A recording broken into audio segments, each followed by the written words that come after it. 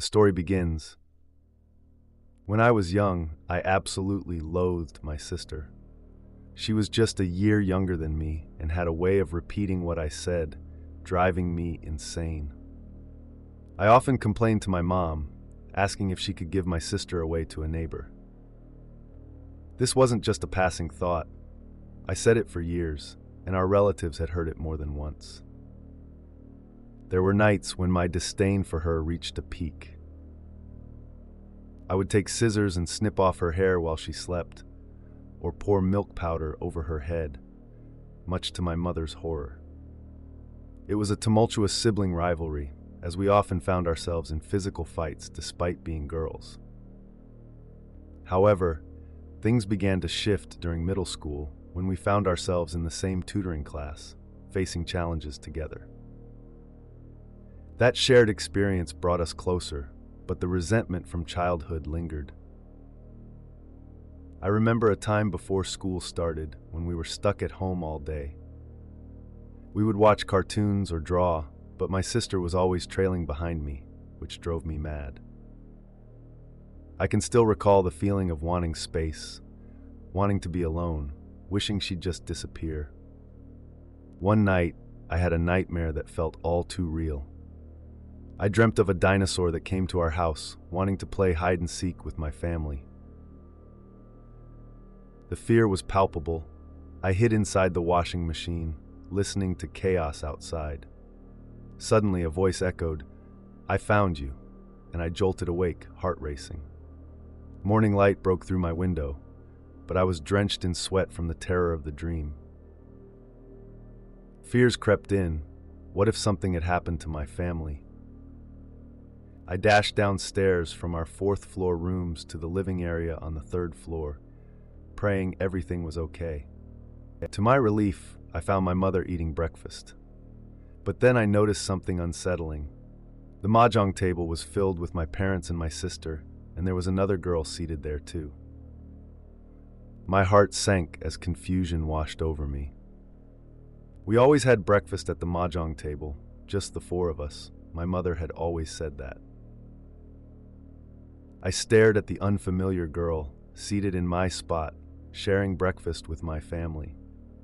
I was just a child then, struggling to understand what was happening. Everyone appeared normal, but I felt like I had slipped into a parallel universe. They offered me a fifth set of utensils, but I was only used to our 4 sets. As I sat there, I asked aloud, "Who is she?" My parents, in their casual demeanor, replied, "Playing dumb, are we? Did you think we gave her away?" I was bewildered and frustrated. The girl was clearly not the one I had wished away. The more I tried to grasp this new reality, the more my mind spiraled. The strange girl felt like an imposter in our lives, yet everyone else acted as if she had always been there. My memories from school began to blur, and even my friends' names seemed to jumble. My name and hers were swapped. I confided in a close friend during cleaning time, whispering about this new sister. She innocently asked, "Is she a baby?" But I couldn't remember how to answer. Oddly enough, there are large chunks of time I can't recall about that new sister. I can't place when she disappeared from our lives, and that memory feels like a void. Just last night, while discussing childbirth, my mother let slip, "You 3 were all born at the same hospital." I looked at her confused. "What do you mean by 3? My mother paused, her face scrunching up in confusion. It was clear in 2016, I was certain there were only 2 of us. Just one sister, and definitely not one to give away. As we casually chatted before bed, my mother remarked that she thought she had given birth 3 times. But she hadn't miscarried or abandoned any of us. It was just the 2 daughters. In that moment, memories stirred from deep within. The dissonance I felt back then became vivid again, but I couldn't understand why I had forgotten. How could I lose track of a sister who seemed to have existed at some point? After moving to a new house in middle school, we no longer lived with our grandmother. Our new home was a single story, eliminating the possibility of confusion with the floors. Yet, I couldn't recall how many sisters I had from grades 3 to middle school. The memories, like whispers in the wind, remained elusive, leaving me with an unsettling feeling. What truly happened to that strange girl? The story ends. Don't forget to like, share, and subscribe to Mr. Macabre for more twisted tales that keep the darkness alive. The story begins. There are no ghosts in this world. I still firmly believe that today, says Senior Carter, as he begins his story. My family are devout Christians, but I've never believed in any religion myself. He adds with a shrug. I ask, really? I take a puff of my cigarette, watching the ember glow faintly in the darkness. So, Senior Carter, what exactly do you want to tell me? Senior Carter is the senior graduate student in our lab, while I'm just a first-year master's student, still new and eager. His research is a branch of the main project, and he's always generous with his knowledge, often staying late into the night. Sometimes we'd go up to the rooftop of the department building, smoking and joking, sharing stories. That night, unexpectedly, we started talking about the strange things we'd encountered.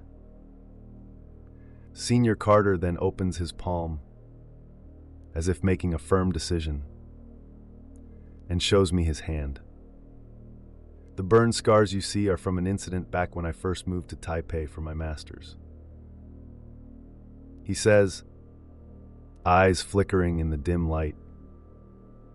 Under the faint glow of the street lamps, I can see patches of unusually smooth skin on his right hand. Evidence of burns. I wonder what strange experiences he might have had. He pauses, then adds, but no matter how unbelievable it sounds, I believe all that can be explained by science. Yet, I still think the most terrifying thing is people. That year, I was 22, having just been accepted into a prestigious university in the North for my graduate studies. I arrived full of excitement and hope, eager to start my new life. I quickly found a supervisor and planned to rent a small apartment nearby. Everything seemed fine, except the rent was exorbitant, $7,000 to $11,000 a month, impossible for a student from the South with limited funds. Despite my efforts, I couldn't find a place that fit my budget. I refused to share with others, and without university dorm placement, the deadline loomed. I grew anxious day by day. 2 days before classes started, I saw an ad online, a one-bedroom with a bathroom, only $4,000. So I called immediately to see the place. When I arrived, I understood why it was so cheap. The apartment was a corner unit on the top floor of a government housing complex. Old and dilapidated, with peeling paint and leaking spots. No elevator, and the walls were cracked and patchy. Despite the spaciousness, no one wanted it, and the condition was terrible. But at that moment, I didn't care about all that. I just needed a quiet place to rest, and whether the place was bad didn't matter much. It was far worse than I imagined, but I signed the lease quickly anyway.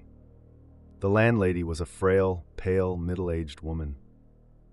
She told me her heart was weak, and I remember climbing to the 5th floor behind her, gasping for breath, her face full of pain. She warned me about a few things when we signed. First, to keep quiet about her renting the unit. And if I needed her, she'd be on the 2nd floor so I could find her there. Don't tell anyone that this is a government housing unit. she whispered, her large eyes fixed on me. There are bad people here, people who can't stand seeing others do well. If anyone asks, just say you're a relative of mine. Second, she told me, never open the door to the other room. The layout was simple, 2 units per floor, with the main door facing another apartment.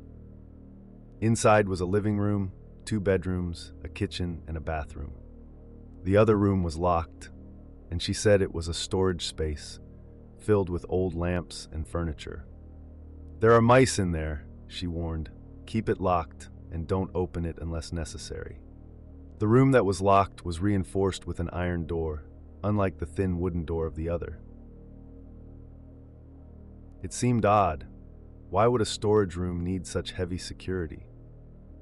I was too naive then to notice anything strange, just thinking she was a bit paranoid. Little did I know, strange things started happening soon after I moved in. For example, footsteps at midnight. Our community was mostly elderly, so at night it was dead silent. Even a pin dropping could be heard. The sound of footsteps outside my door was so close I could hear the slight scuffing of shoes or bikes. Sometimes there were sounds of locks turning or doors opening.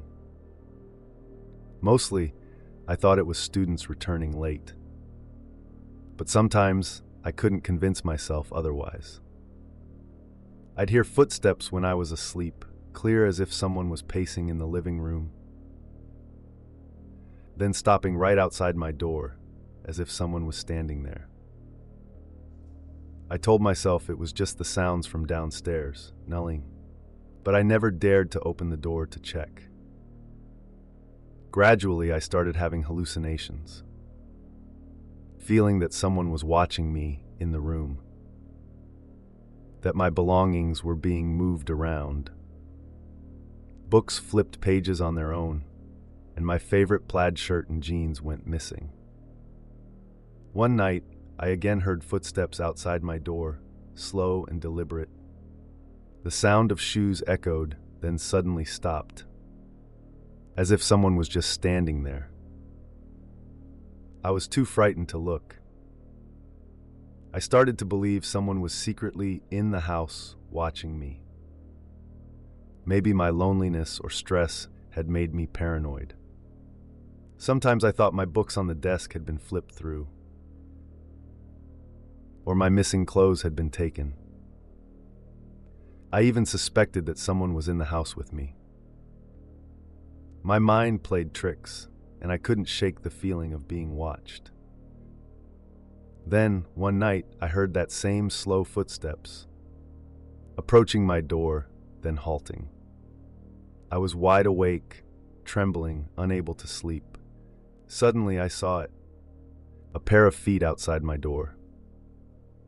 The ankles emerged from beneath a pair of jeans, moving stiffly as if controlled by an invisible force. It was the feet of the mannequin in the storage room, moving slowly and deliberately, as if alive. I was on the verge of losing consciousness, Brahmi, realizing the mannequin was actually moving. The feet stopped right outside my door, then the door suddenly swung open. A rush of cool air poured in, reviving my senses. I struggled to climb out of bed, hearing the distant sirens of fire trucks outside. I crawled towards the door, but just as I reached it, I couldn't open it. The room grew hotter and hotter, and I curled up by the door, feeling as if my lungs were about to burst. I kept coughing, desperate, waiting for rescue. And then I saw it, a pair of legs standing beside me. They emerged from beneath the jeans, stiff and unnatural, yet they moved steadily as if alive. The mannequin was moving, I was sure, inching closer to the door. It stopped just outside as I was losing consciousness. Suddenly, the door swung open. A blast of fresh air rushed in, and I summoned my remaining strength to crawl into the living room. I heard the distant wail of sirens fading into the night. I tried to keep moving, but I fainted just before reaching the doorway, overwhelmed by exhaustion. I woke up 3 or 4 days later, confused and weak. "Senior, wait," I interrupt him, unable to hold back my curiosity. "Are you saying that mannequin moved on its own?" He nods hesitantly. "Honestly, I don't really know," he admits. "I've been questioning, was I just so dizzy from the smoke that I saw things?" After I regained consciousness, the police came to investigate. The fire department confirmed the apartment was badly burned and the other units were spared. But my room was almost completely destroyed. They questioned me repeatedly, trying to find inconsistencies in my story. I told them everything except for the part about the mannequin walking the Liaganizitherasuid. I thought it was just a hallucination caused by near death. Every time I mentioned the story of the landlord believing in black magic or the mannequin in the room, their expressions would turn strange. They kept asking, but couldn't find proof. Later, they discovered a damaged hidden camera on the ceiling. So I realized perhaps every move I made was monitored. Senior Carter takes a drag from his cigarette, then falls silent. I ask, "Does it end there?" He replies quietly, "Basically, yes. Some things are hard to explain." And to this day, I still can't give a solid answer. I ask if he returned to check the place again. He nods, "Yes, once. My family said there was nothing left to see. The fire brigade arrived in time and didn't spread to other units. The unit I stayed in was almost burned to ash, with almost nothing remaining. But I still wanted to go back to see if I could find something." That day, the weather was clear. A few cats basked on the rooftops, and the alley was silent. I slowly climbed to the 5th floor, about to enter, when a neighbor called out to me. She said softly, "Hey, weren't you badly injured that day? It's been so long. I saw you still had the strength to run out, so I thought it wasn't that serious." I must have looked surprised. She comfortingly patted my arm, saying, "Good thing you're okay.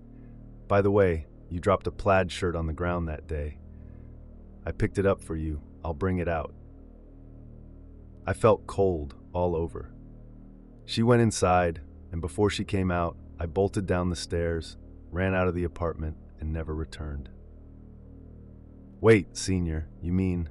I frown, realizing that he was unconscious and later rescued, not escaping by himself. He nods, "Exactly. And that plaid shirt, I wasn't even wearing it at the time." He looks distant. Before I left for the hospital, I vaguely sensed something was wrong. The police told me the day before I left that they found no remnants of the mannequin in the burnt room. "That means," I say, feeling a sudden chill in the air. "Yes, you're right," he says softly. "But what scared me most wasn't that. It was her, the landlord's wife. Because the other apartment across the hall is vacant. And that woman, she kind of looked like my landlord's wife, but she had no expression on her face, like she was wearing a mask. Her hand, when she touched me, felt hard and smooth, just like the mannequin's." The story ends. Don't forget to like, share, and subscribe to Mr. Macabre for more twisted tales that keep the darkness alive. The story begins. I live alone. Although women living solo have safety concerns, I don't really feel afraid. I always find ways to keep boredom at bay. Since I started living away from home when I was studying, I've become quite experienced in choosing apartments after entering the workforce. If there's something wrong with a place or strange occurrences, I can usually tell right away during the viewing. That way I can avoid some unnecessary troubles. 4 years into my career, the company I worked for offered me a promotion. The catch was that I had to be dispatched abroad for a year.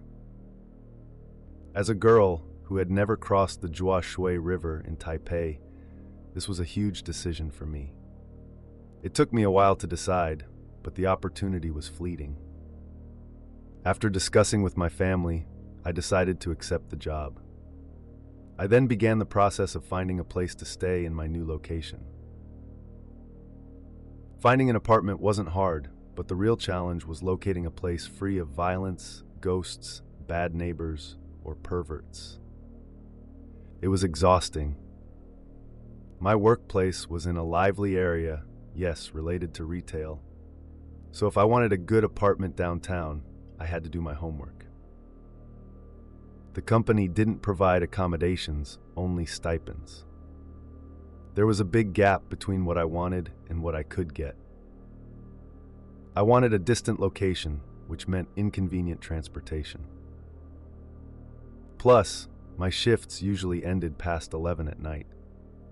Considering safety and convenience, I found a place about a 10-minute walk from the company. The first time I stepped into this apartment, I felt suffocated. Not because of the weather or humidity, but as if time had frozen here, creating a stifling atmosphere. I'm generally not sensitive, and I've never encountered anything supernatural or strange.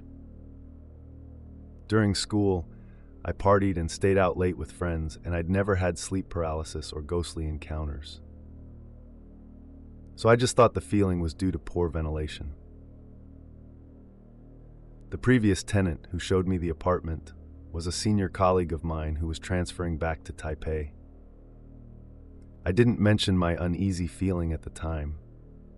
She didn't seem particularly strange, but I did notice her exhaling a breath of relief when signing the lease. That weird sense just got brushed aside. The first month of living there was peaceful. I gradually made the space comfortable, hanging a small, elegant ceiling fan and soft lights that made the room cozy. I settled into my work routine and became more proficient, but fatigue from busy days increased. Then came the anniversary sale. Anyone in retail knows how important it is. It was my first big challenge after transferring here. I arranged my team and prepared for the crowd. Naturally, I returned home exhausted, often appearing like a dead fish. After removing makeup and taking a shower, I'd just collapse into sleep. But during this period, I started having trouble sleeping. I couldn't sleep deeply, as if I was asleep but not really asleep. I kept dreaming but couldn't remember what about.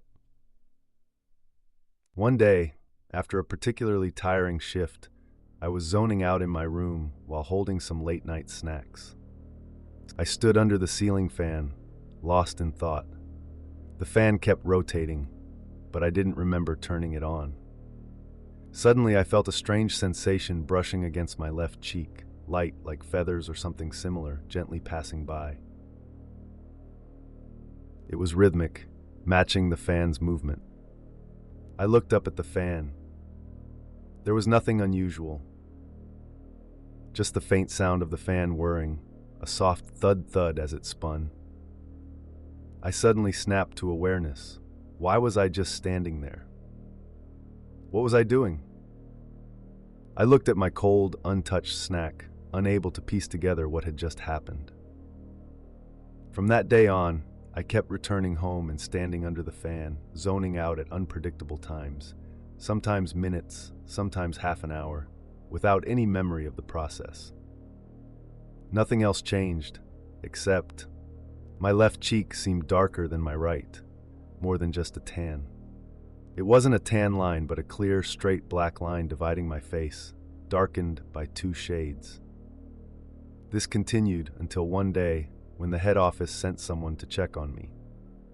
It was my former colleague Lisa who called ahead to arrange dinner. She said she didn't want to stay in a hotel during her business trip and wanted to spend a night with me. I welcomed her. No one had visited this apartment before. That evening, after work, we bought a bunch of food and drinks to relax. I didn't tell anyone what I'd experienced, thinking it wasn't serious. As I unlocked the door and joked with Lisa, she suddenly gasped sharply behind me and froze. I entered the room as usual, walking straight to the fan. Then, I zoned out again. I didn't consciously do anything, just stood there in a daze under the spinning fan, as if it were a normal thing. I lost track of how long I stayed like that until I was suddenly yanked by a powerful force. My arm was pulled, and before I knew it, I was being dragged out the front door. The entire ordeal took only seconds. When I tried to struggle, Lisa suddenly slapped me hard across the face. The slap echoed sharply, pain erupting instantly. My mouth moved on its own, speaking words I didn't recognize. "Don't interfere," I heard myself say, though it wasn't my voice. "Leave my colleague alone. She's innocent." The cold, indifferent voice continued. "It's none of your business." I felt like I was watching a strange stage play from afar, distant and surreal. Lisa was shouting at me, but I seemed to respond in kind, the scene resembling a fight over a man, like a drama of betrayal. Annoyed, Lisa reached into her bag and pulled out a string of prayer beads, flicking them toward my face. Her movements were swift and precise, like cracking a whip, the beads striking my face. Surprisingly, it didn't hurt. Yet, I was wailing in agony, tears streaming, as she kept flicking them at me. Gradually, my screams faded into silence, and I returned to my own voice. What's happening?" I collapsed on the ground, trembling, utterly confused. Besides being overwhelmed, I felt a burning pain on my left cheek and a dizzying sensation. I struggled to stay conscious. Lisa only smiled bitterly and said, "Looks like you're going to stay in a hotel tonight." At the hotel, Lisa seemed exhausted. She took a shower and sat motionless on the bed, handing me a bundle of herbs or maybe incense, instructing me to soak in hot water with it. I just wanted to find out what was going on. But she insisted I soak first until she was satisfied. Though I had a hunch, I still felt confused. Nothing felt truly supernatural. After finishing, we ate the cold snacks and drank the warm beer left over. Lisa suddenly said, "My family runs a temple, for asking questions and stuff." I blinked, unsure how to react. "When you opened the door, a terrible smell hit me," she added, wrinkling her nose. And then I saw her. "Who?" I asked with a nervous glance. "A woman hanging upside down from your fan blades," Lisa said casually. "When you entered, you just stood there under the fan, not doing anything, while that ghostly woman kept licking your left cheek with her long tongue as the fan spun." I was stunned. My mind went blank. A woman ghost hanging upside down, licking my face every day. When I finally understood how terrifying that image was, I screamed as if someone might call the police. Actually, some tenants had already called the front desk. After calming down, I tremblingly asked why this happened. Lisa said she didn't know, only that she did some emergency measures, but the problem wasn't fully resolved. She used a protective Buddhist rosary to temporarily drive her away. Lisa suggested that her family's deity might handle it. I was at my wit's end. Although I hadn't seen anything, what I experienced was real. Without hesitation, I agreed. Lisa called home to explain, saying she'd come back the next morning. She also handed me a laminated talisman to place under my pillow, telling me to sleep with it. I thought I wouldn't be able to sleep after such a strange event. But surprisingly, I fell asleep quickly. As soon as my head touched the pillow, a deep sleep washed over me. I even heard Lisa's voice saying, "The door might not hold it back." That night, I slept soundly, no dreams at all. Wake up feeling refreshed. I looked in the mirror, expecting to see exhaustion, but I felt completely energized. Lisa looked haggard, as if she'd fought a battle all night. She waved her hand and said, "It's fine, just drink some chicken soup. Take a day off and handle this." When I arrived at Lisa's house, her father seemed to have been waiting for us. Calm, composed, with a hand casually on his hip. As I got out of the car, I suddenly felt reluctant to approach. My steps slowed involuntarily. Lisa sensed something and grabbed my arm, saying fiercely, "Don't give in to her. Keep walking." She held my arm tightly, and I let her lead me forward, though a growing resistance welled inside me. When we reached her father, I wanted to turn and run, but I couldn't move. Bersker sank. "You're still not obedient?" he said, pressing my shoulder.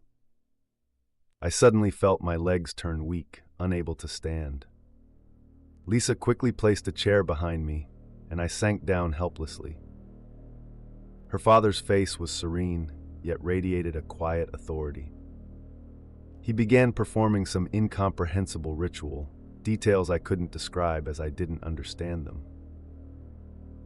During that time, I felt a burning sensation on my left cheek and a dizzy spell, struggling to stay conscious. After a while, the burning subsided, and he handed me a talisman and a bundle of herbs, like what Lisa gave me for bathing, to handle the aftermath. Later, I followed his instructions to cleanse the room. I then called my senior, Lisa's predecessor, demanding to know what all this was about. To my shock, she had resigned shortly after returning to Taipei, citing mysterious illness. She had developed a terrible sore on her face that refused to heal and kept rotting. I never saw her again after that. I continued living in that apartment until my assignment ended, and no further supernatural events occurred, except that sometimes my left cheek itches. The story ends. Don't forget to like, share, and subscribe to Mr. Macabre for more twisted tales that keep the darkness alive. The story begins. This story took place over 10 years ago, and even now, my friends and I still talk about it during our casual chats. It all happened in a large apartment building on North Xinsheng Road, which was entirely composed of studio flats. About 10 units per floor, most of the tenants were probably renting. My landlord held keys to several apartments in that building. The room I rented was surprisingly bright and spacious, about 12 ping, which was quite large for a studio. The wallpaper was a soft beige with tiny floral patterns. The wardrobe, dressing table, bed, 2 guest chairs, and a small coffee table all looked fairly new. Since everything was white, any dirt or stain was immediately noticeable. The bathroom, although lacking a bathtub, was well lit, allowing me to see every corner clearly. The large mirror, about a meter square, was spotless, no water spots or smudges. The white tiles seemed to glow from every angle, perfectly clean as if never used. I was so satisfied with the place that I paid a deposit of 3,000 yuan immediately. I had viewed over 10 apartments, but none gave me the same comfortable feeling upon entering like this one did. Especially the space that could fit a mahjong table, just perfect for me. The only drawback was that my door faced an emergency exit. It seemed safe enough, with the advantage of a quick escape if needed. What bothered me was the sign above the door, which read, "Taiping Exit." Usually, I only saw signs saying emergency exit or fire escape. Typing is uncommon. I had rarely seen such a label. There was also a sticker on the sign, partially covering a character that looked like a sun or a writ symbol, as if someone deliberately concealed it. A chill ran down my spine when I saw that. Taiping means peaceful. Despite that, overall, I was very happy with the apartment. The next day at work, I told a senior colleague about my new place. He asked for the exact location, which building I was referring to. I said, just at the corner of North Xinsheng Road and XX East Road, in the XX building. He smirked and said, "You're not seriously living on the 5th floor, are you?" I was taken aback. "What? I do live on the 5th floor. How did you know?" He chuckled and told me, "Have you signed the lease yet?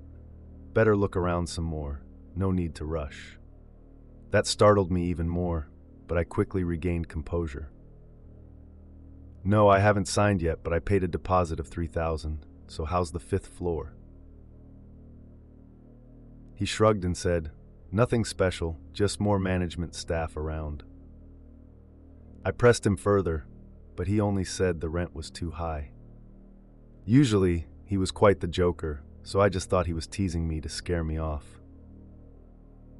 Despite the 1,300 yuan rent per month taking up most of my salary, I signed a 1-year lease, biting the bullet. Plus, there was a 1,000 yuan monthly management fee. I quickly packed some clothes and daily essentials from home. Renting a studio meant I didn't need to worry about furniture. Everything was already provided. It wasn't until I moved in that I started to realize what the senior meant about the management situation. After buying a mahjong table, I invited a few friends over for some gambling. We played mainly with the 250 chips. Somehow I always had bad luck. My hand was never good, often missing pair after pair, or only getting one of each tile. For example, if I discarded an east, I wouldn't get another east for the next round or two, leaving me stuck. Hitting a winning hand after 8 rounds was rare, and I often lost 3,000 or 4,000 yuan, feeling like they were just carrying me around in a palanquin. I admitted I was no good at mahjong, but was decent at poker.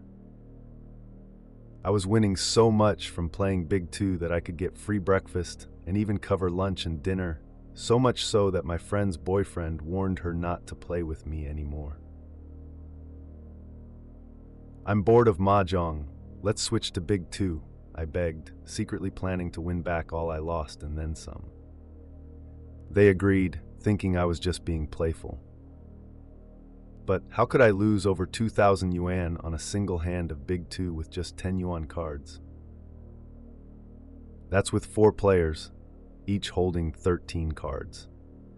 The chance of drawing a black ace was already slim, yet I kept encountering strange cards, like a ding tile I intended to get rid of, but was forced to keep, almost choking on it.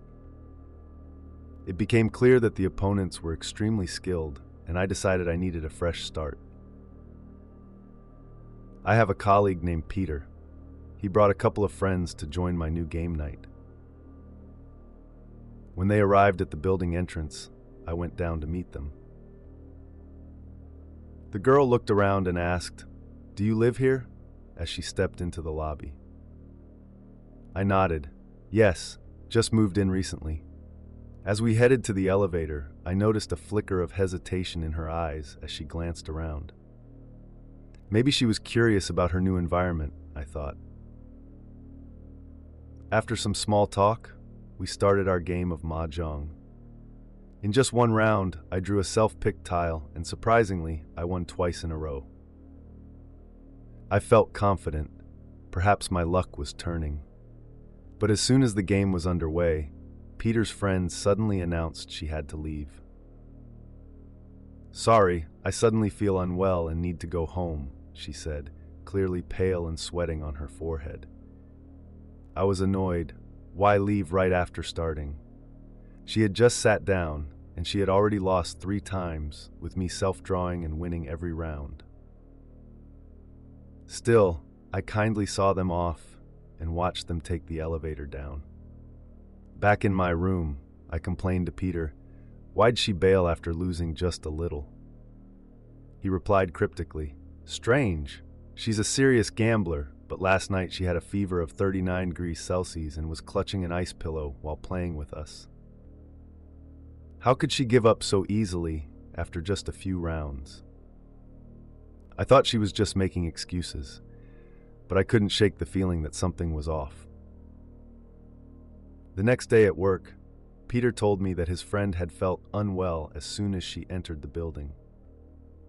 During the game, she kept drawing the east, south, west, north, center, and white tiles, every hand, and felt dizzier with each round. By the end, she was really distressed and decided to leave early. She even apologized, saying she wanted to play again another day at her place. I started to believe there was some kind of lucky or unlucky position on the table, perhaps a power seat. At home, my life was becoming increasingly chaotic. With no adults around, I often stayed up all night, hosting friends, sometimes playing cards, sometimes drinking and chatting. Late at night, someone always went out to buy snacks, usually a guy, for safety's sake. 2 of them often volunteered, bringing back chips and drinks. The elevator was rarely used late at night, and I rarely encountered other residents. People said the elevator sometimes stopped on the 4th floor, whether going up or down, and would open to an empty shaft, no one inside or outside. Of course, no one ever saw anything unusual. The chances weren't low. About 3 times out of 10, I or my friends encountered it. We would exchange looks and silently press the close button. Elevator malfunctions weren't uncommon here, but it was strange that they only happened at night, never during the day.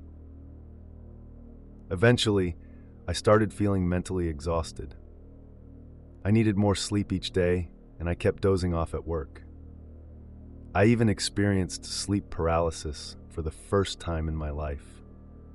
As usual, I was paralyzed but fully aware, so much so that I remembered to curse loudly in my mind. I wondered if it was effective. Perhaps swearing really did help. I found that cursing big time was surprisingly relieving, even during paralysis. Of course, I couldn't speak during those episodes, only curse silently. Over time, the frequency increased, up to 3 times in a week, just before I moved out.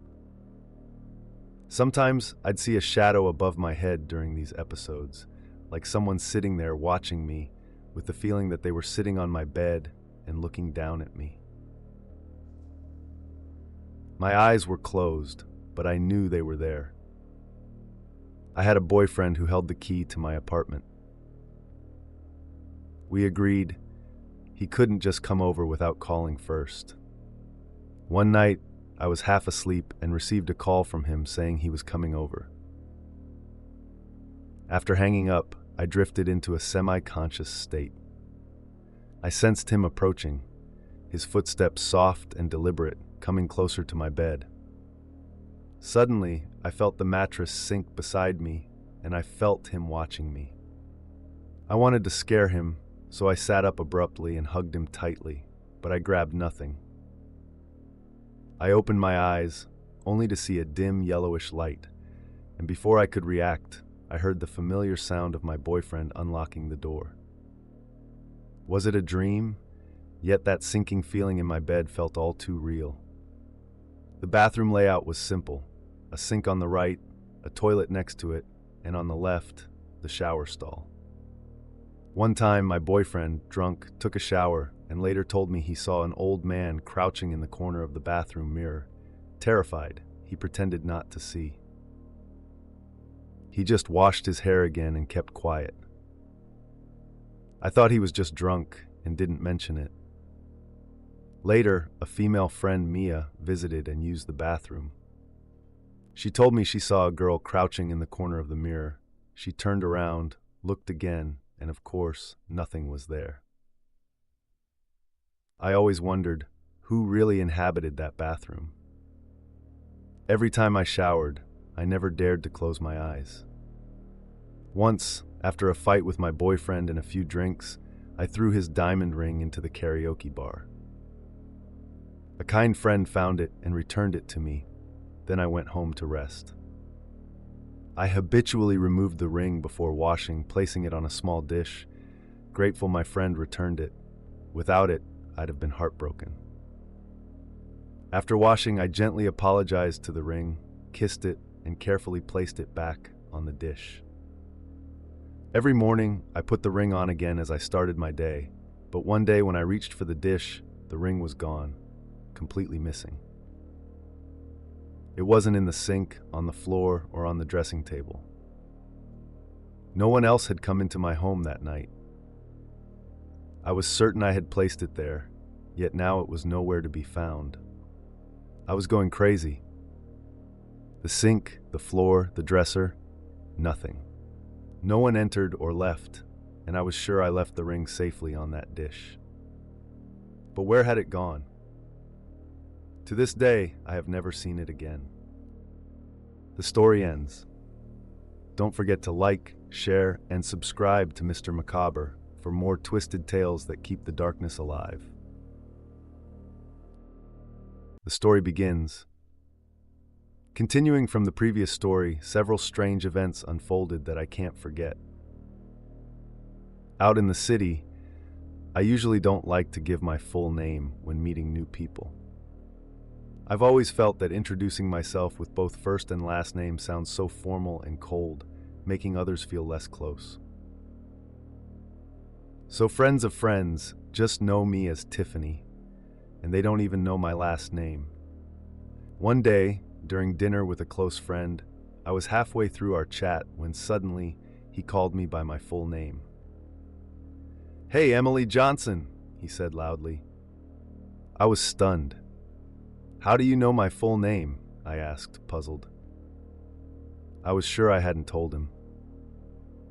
"One day I called you, and a girl answered the phone. She said, 'Is this Emily Johnson? She's sleeping now,'" he explained confidently. "That's impossible," I insisted. "I'm just joking. Honestly, it was a girl."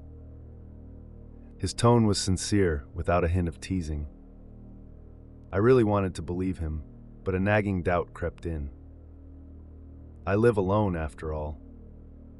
If a friend came over, I wouldn't leave her alone while I slept beside her. Who really answered that phone? Coincidentally, another strange incident tied into this phone call mystery. That night I had a dinner date with another friend at 7. Around 6, I was in the bathroom, taking a shower and getting ready to go out. After showering, I came out around 6:20, finished my makeup, and by 6:30, I was just about ready. Perfect timing, just enough to leave without being late. As I was putting on my shoes at the hallway, my phone rang. "Have you finished your shower?" my friend asked. "Yes, I'm heading out now. How did you know I was in the shower?" I asked casually. I thought it was normal. She knew I liked to shower before going out. But her next words gave me goosebumps, making me sweat cold enough to need another shower. "That's what your friend just said. I called you and she told me you were showering," she said. She hung up, leaving me stunned and blank. I quickly checked my phone's call log. There was a record of a call at 6:13, lasting 20 seconds, exactly when I was showering. I remembered that earlier incident, and despite my normally carefree attitude, I couldn't help but feel afraid. I called my best friend, Lucy, desperately asking her to move in with me. Without hesitation, she packed her essentials and moved in the very next day. The helpful ghost that had been helping me also made a strange appearance. Not on my phone this time, but through the home landline. Our mahjong games had left me owing too much to the phone company, which limited my outgoing calls but allowed incoming, so I kept receiving automated reminders. One evening, while Lucy was alone at my place, the house phone rang. We were used to ignoring the automated messages, listening silently before hanging up. But this time, Lucy picked up the receiver, and the familiar voice began reciting the usual script. "Hello, this is Chunghwa Telecom, your bill." However, the moment she put the phone to her ear, her lips froze in shock, her mouth forming an O of disbelief. The caller claimed they were looking for Emily Johnson. Before Lucy could respond, another voice cut in, answering for her. "She's not here. Who are you looking for?" They exchanged a few words, but Lucy, like a silent eavesdropper, stood there rooted, unable to speak. Time seemed to freeze as she finally regained her senses, hurriedly grabbing her phone, wallet, and keys, and dashed out. She called me, insisting I move out immediately. I'd thought about moving before, but with a 1-year lease, early termination meant losing a month's deposit, over $1,000, so I held on. Besides, I hadn't seen or heard anything concrete, so I convinced myself I could endure for a year. There were 3 months left on my contract. From the past, you might think I was brave, but after all that happened, I was more terrified than ever. One day, while taking a shower, I suddenly plunged into complete darkness. The hot water disappeared without warning. I fumbled for my towel in the dark, hurriedly drying myself. As I stepped out of the bathroom, I heard a loud bang on the front door, accompanied by ear-splitting cursing. "Damn you. Do you know what time it is? Fuck your mother. Every night this noise, don't you sleep? God damn it, %." What was happening? I had just finished my shower around 8 p.m. Was it really so late? And what had I done to deserve such a disturbance? Normally, I wasn't easily frightened, even considered brave among my friends, but now, with my wet hair wrapped in a towel, facing the violent, furious man outside, I felt helpless. Plus, the entire room was pitch black.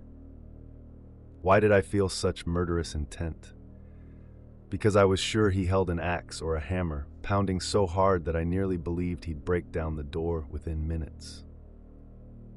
How could he make such noise without anyone stopping him? And what about the power outage? Undeniably, I was terrified. Fear was an understatement.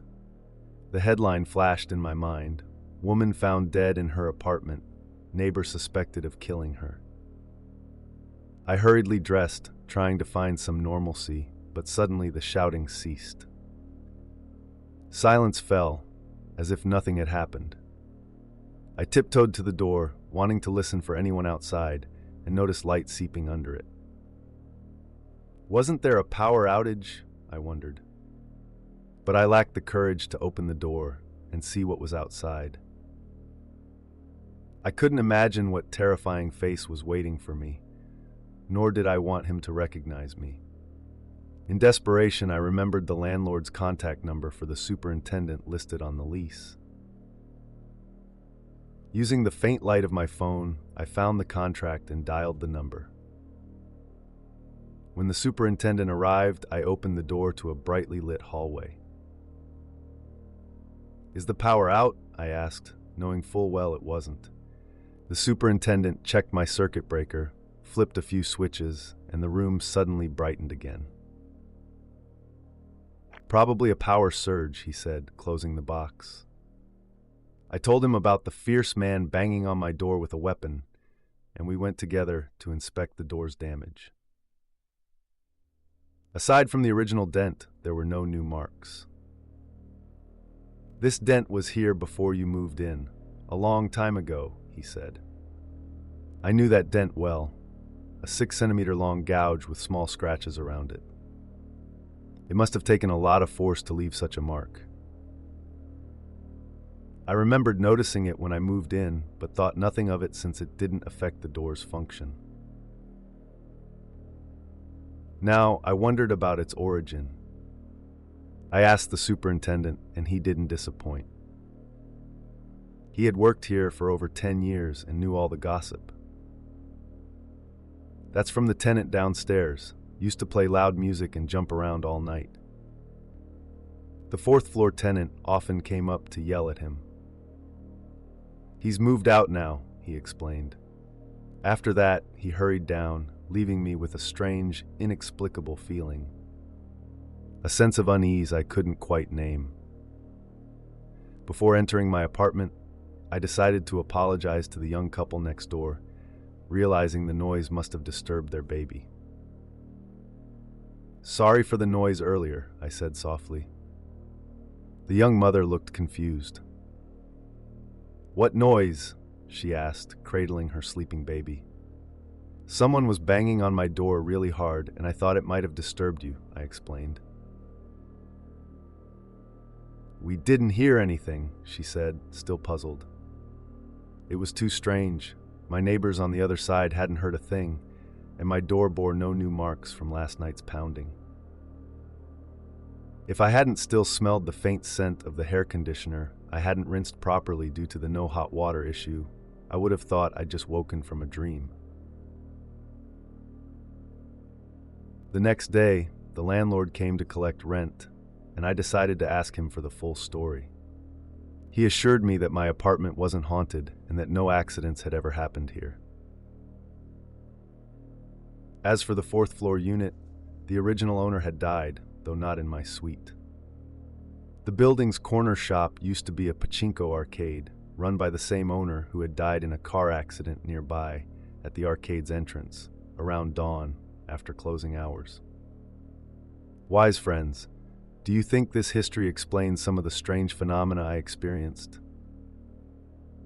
I believe that after death, spirits unconsciously repeat the behaviors of their living lives, like the violent neighbor upstairs, or the elevator that mysteriously runs late at night, bringing the same restless energy. The unexplained dent on the door and the midnight elevator rides could be spirits replaying their last moments. Yet, even with all this, my mood didn't lighten. If anything, it grew heavier. Since then, I've always left the wooden door slightly ajar, never fully closed, listening to the sounds of neighbors walking outside, which gives me a strange sense of security.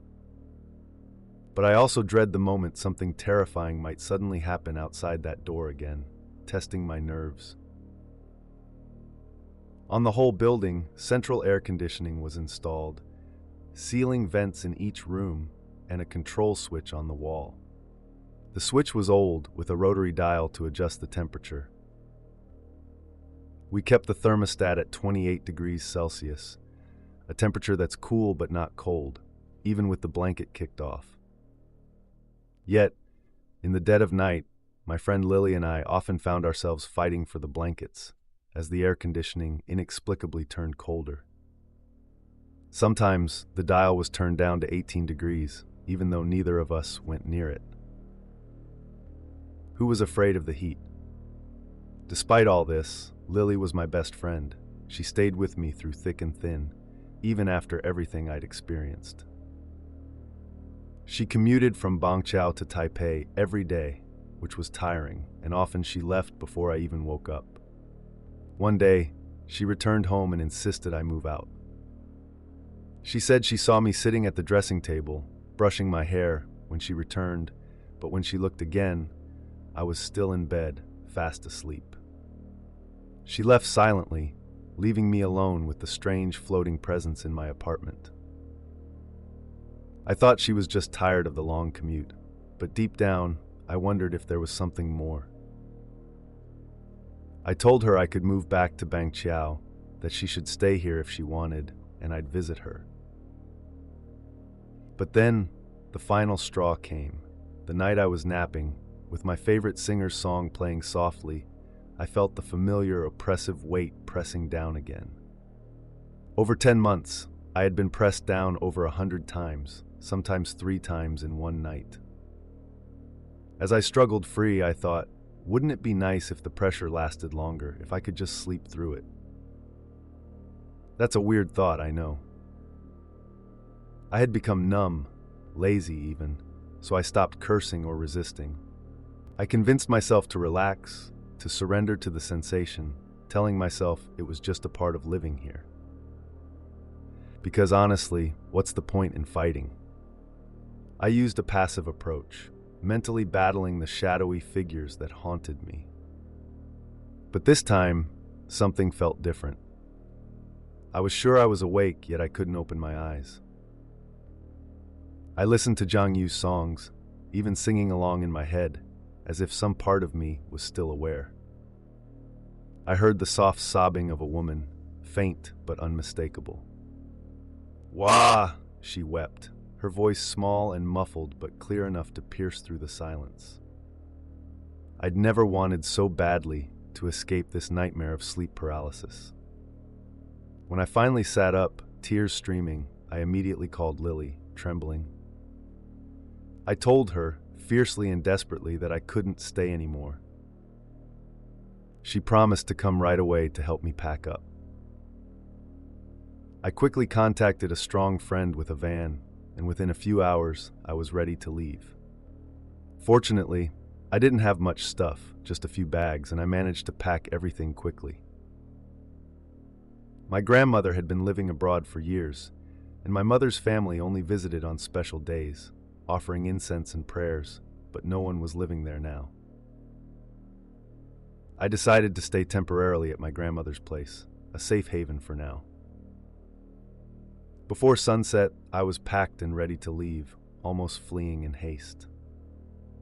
As we moved my belongings onto the truck, we met the young couple living next door. They waved and joked, "You're finally moving out. You've been here the longest." Their tone was teasing, but I felt they weren't laughing at us. They seemed relieved. "You know, the previous tenants in that apartment all moved out quickly," the young woman said. "I don't know what happened to them, but I heard rumors. Why are you leaving?" They told me about a girl who used to jump from the roof, falling right onto the awning of the unit below. The only one that had a brand new awning now. Honestly, I had never paid attention to the awning before. Since I moved in, I never pulled aside the blinds or looked outside that window. I rarely sat near the small chairs and table by the window either. Maybe humans have a sixth sense, an instinct that warns us away from uncomfortable places. If so, why didn't my intuition alert me when I was house hunting? As I finished loading the last bag, I looked up at the building's exterior wall. The new awning was striking, bright and almost glaring in the sunset glow. I closed the car door, vowing never to step foot in that building again. The story ends. Don't forget to like, share, and subscribe to Mr. Macabre for more twisted tales that keep the darkness alive.